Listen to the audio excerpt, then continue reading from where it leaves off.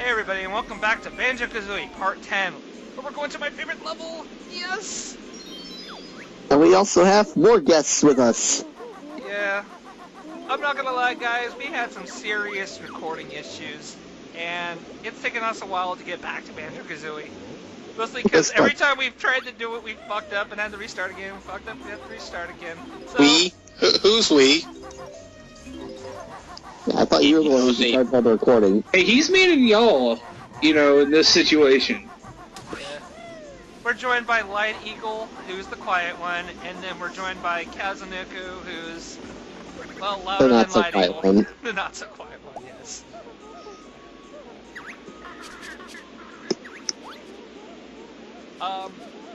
We get a power-up here. Yep. We can attack while flying. Which is actually a lot harder to steer than you would think. So, practically useless? No, you have to use it. And, hell, you pretty much required to use it in the final boss fight. It's just, I will say that the sequel, Banjo Kazooie, does improve it quite a bit, because it gives you a lot more control. Here, it's literally when you hit the button to attack, you're on a straight path. You cannot stop yourself mid-flight. Until you run out of your charge. Anyways, this is just going to be a brief visit to Freezy Weezy Peak. Freeze easy, not freeze a wheezy. That's how I said it as a kid, that's how I say it now.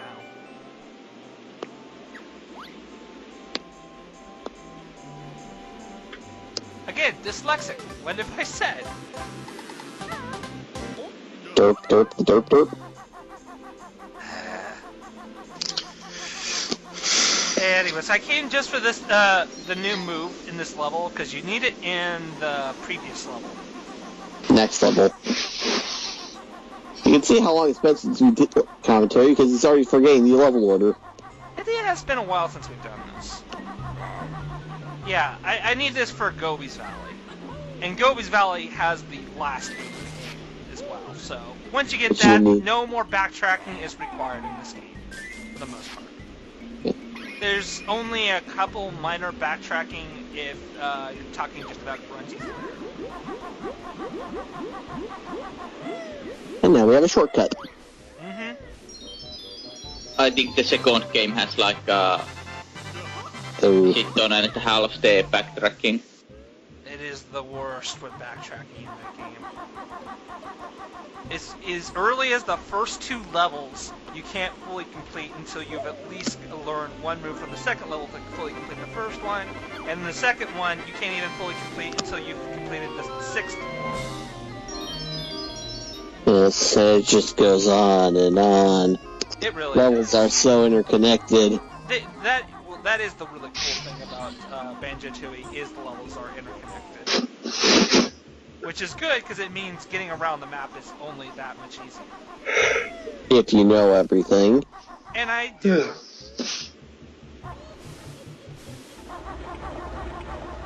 Well, the downside, it's so interconnected, there's so much shit. What's this, guys? A Nintendo game, and the Sand World isn't the second one? Lies and slander.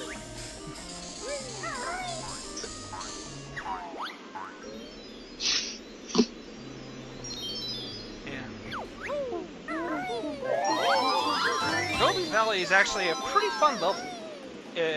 Mostly just because there's a lot of ways to tackle it right from the get-go. Obligatory desert level. But it still has its own charm. Like, for instance, We've got the Sphinx, which we've never seen before. We've got the pyramids we've never seen before. We've got these super hot / quicksand, which we've never seen before. Did I forget something? Oh yeah, the cactus we've never seen before. Basically, things we haven't seen before.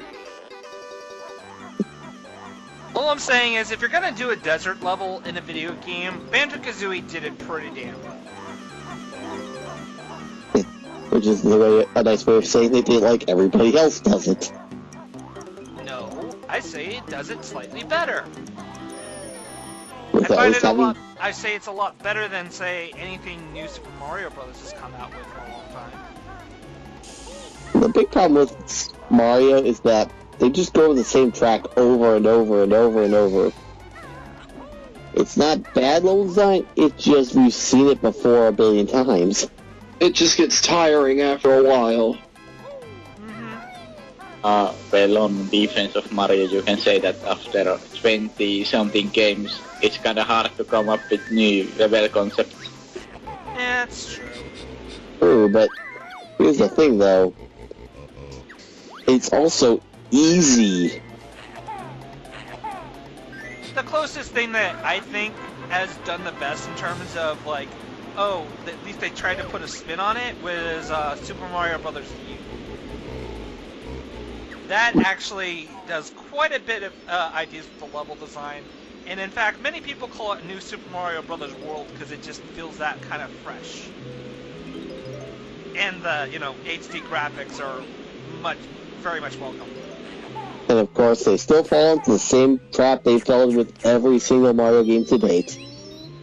The bosses are a joke. It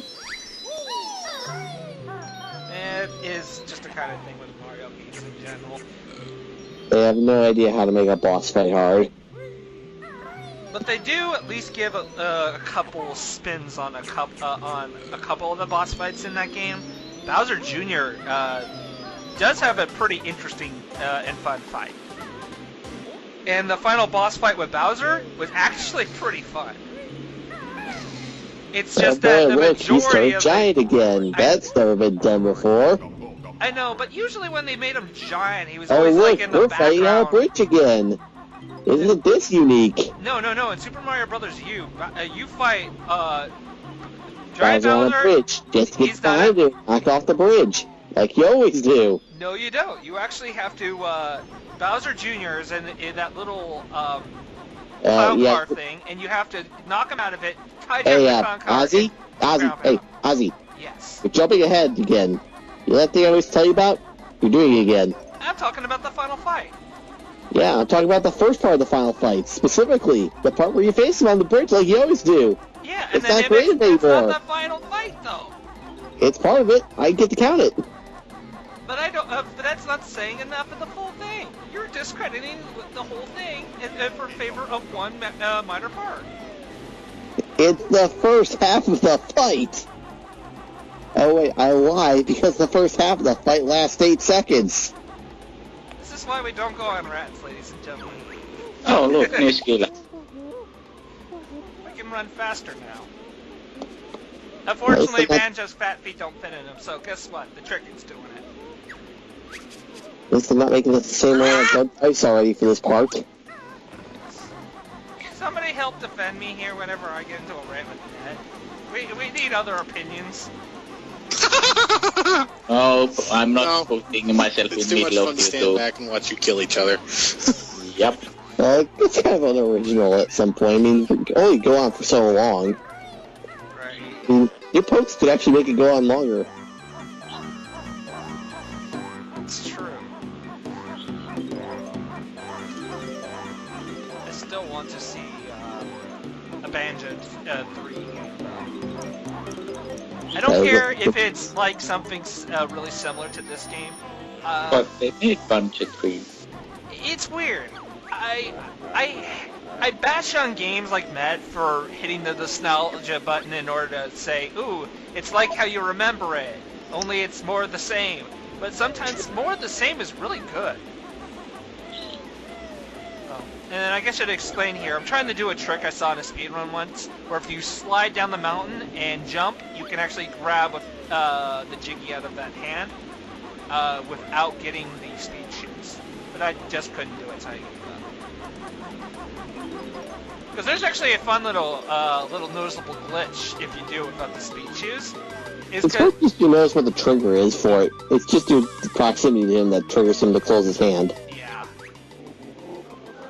Because the game thinks you would always have the speed shoes to get this Jiggy, even if you don't have it, the music for the speed shoes will be playing once you pick up the Jiggy.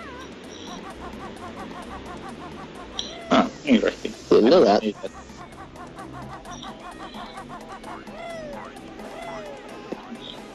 just an interesting little tidbit, because the game pretty much assumes that there's no way possible for you to get it without the speed shoes. And, oh no, not this. I remember this. It's a foot race to the top. You got 20 seconds. Go. This is actually really, really tight to do. Unless you Especially if you want to get all the... I want Yeah. all the notes, because this is 100% run. I need them.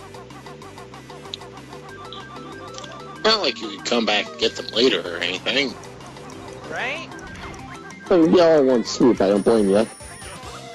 And I couldn't do it first shot. Alright, second try. It usually takes me 2 tries to do this, so let's get Fair it. enough. You missed up the first one because you were trying to get everything. Take 2. This wouldn't be nearly as bad if it didn't have to show this cutscene every single time you hit the switch, wasting 5 seconds on the clock. Well, they did it with enough time for you to get up there. 20 seconds. Yeah, just barely. Did you do that on purpose? It's not the worst timing I've ever had to do in a video game, and come on, but I was in there! Yep. Come on, you gotta cut those corners. Yeah, you really do. Fine, third time's a charm.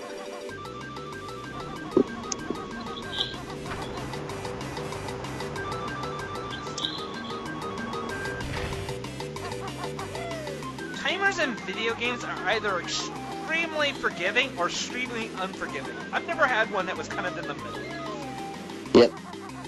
With Mario, you've got like 200 seconds left at the end of a level, regardless of how long the level is. So Super Mario Luigi U is a good example of using the timer effectively.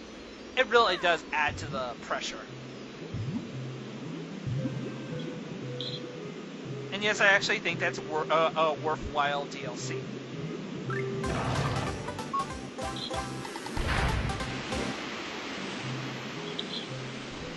Because everybody loves Luigi. Yeah, The but... true Italian stallion of the duo. Mm-hmm.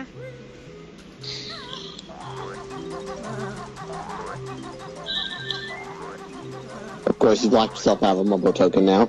I don't care about it. Like I said before, there's enough Mumbo tokens in this game to get enough just to get 100%. And it doesn't matter for the actual 100% tracker, so big deal.